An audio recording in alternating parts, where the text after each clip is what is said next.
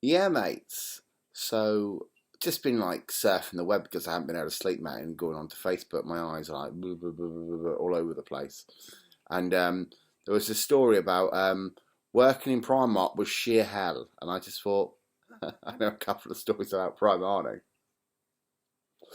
So we call it Primark as a nickname. People don't know that. It's called Primark. I know it's got a couple of stores in some European countries. I don't know if they've got one in Australia or America or anything like that. Primark is basically if you can we put it, if you didn't have a lot of money and you decide that you wanted some new clothes, Primark's the way to go. We've got some expensive stores. Primark's probably one on the cheapest scale, but it's very popular. A lot of people will go Primark and go buy and sell some new T-shirts or some new underwear, and we often charge equivalent to like £1 for a thong. So this is what the story's actually about. About 3, maybe 4 years ago, I had a friend of mine who used to work. We're not going to name her because it just wouldn't be right because she's told me this in confidence, but I'm still going to tell the story. We'll call her C. So we'll call her Mrs. C. We'll call her. So she was sat at the till, minding her own business, and as she sat there, this customer comes up and she goes, "I'd like to return this." Took one look at her, went, "You do realise that's underwear, and you can't return it here?" Woman went, "Well, I want to return it. We don't take underwear. It's been worn. It's health and safety and hygiene," which is obviously fair enough. I'm sure other countries have got the same kind of rule that apply.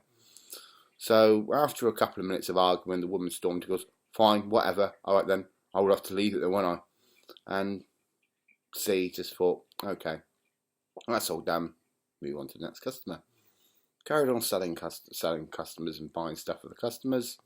Next thing you know, she's caught in the glimpse of her eye the same customer walking past. Let's go in, smiling to herself, holding her nose like that. And she just thought, weird, thought nothing of it. So about not too long after that, a customer had gone to the people in charge. They've got cubicles where everyone gets changed. There might be a different word, you might call it somewhere else. Had gone to the cubicles. Usually there you've got the change rooms all in a set to male and female. And they walked up to the cubicles and they decided that there was a really bad smell coming from the cubicle. On closer inspection, I noticed that the lovely lady had done a shit in the cubicle. So obviously it got reported and staff went down there. By which point now it had got round the store that somebody had done a shit in the cubicle. Everyone had told everybody, some had gone to the staff room, some people had gone on the tills. It all got back round to all the staff. And the staff had gone to take a look into the cubicle, and it seemed that the lady was doing a bit of self-decorating, if you know what I mean. And let's just say this wasn't 50 Shades of Grey, it was 50 Shades of Brown. So the woman had gone in there, hadn't been happy that she'd been served, and from what I heard, had actually got her hands and smeared shit all over the fucking cubicle. This is no bullshit. This is a genuine thing that I know happened in one of our UK stores.